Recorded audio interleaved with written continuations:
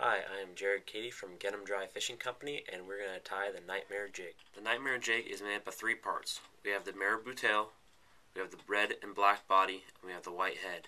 We're tying it on a Matsuo sickle hook, which I use for all my jigs. And so we'll go through that and tie it from the back to the front. First off, we're going to start our thread, put the thread against the hook shank, and wrap away. Always want to be wrapping away whenever you tie anything. It keeps all the materials tight to the body, right up to the back of the hook.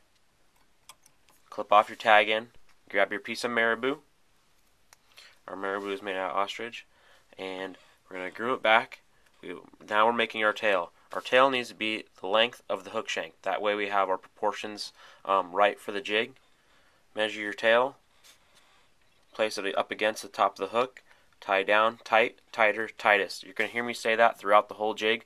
That's what helps our materials stay tight to the body and never rotate or twist.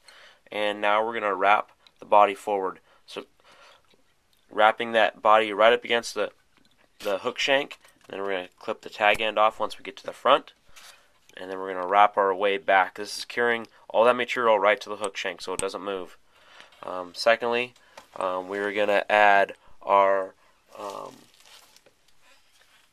the second step is applying the chenille to the hook shank. We're going to tie it in by stripping off some of the material right at the tip. It's going to expose those threads that hold the chenille together.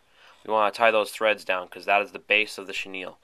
And we're going to tie it in, tight, tighter, tightest, wrapping a few times. Now that chenille is not going to come out. So now I'm going to just bring my thread back to the front, and we're going to continue to wrap our chenille forward towards the front of the head. Just wrap forward, filling the body up, not missing any spots, just making it nice and even all the way to the front of the jig. When we get to the front of the jig, we're going to tie off. So we're going to go tight, tighter, tightest behind the piece of material, which is going to secure it to our hook.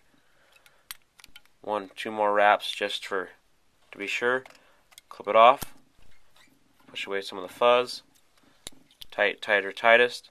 Now all we need to do is make our knot.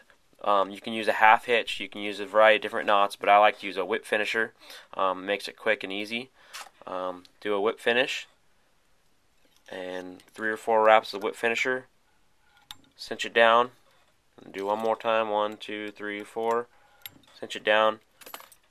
Snip off your thread and you're done. Now all you have to do is apply a little glue on either side and your jig is done. So this is our finished jig.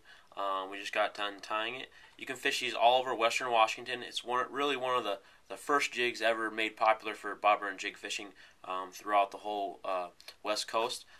But it works great, and it's great in a variety of different situations.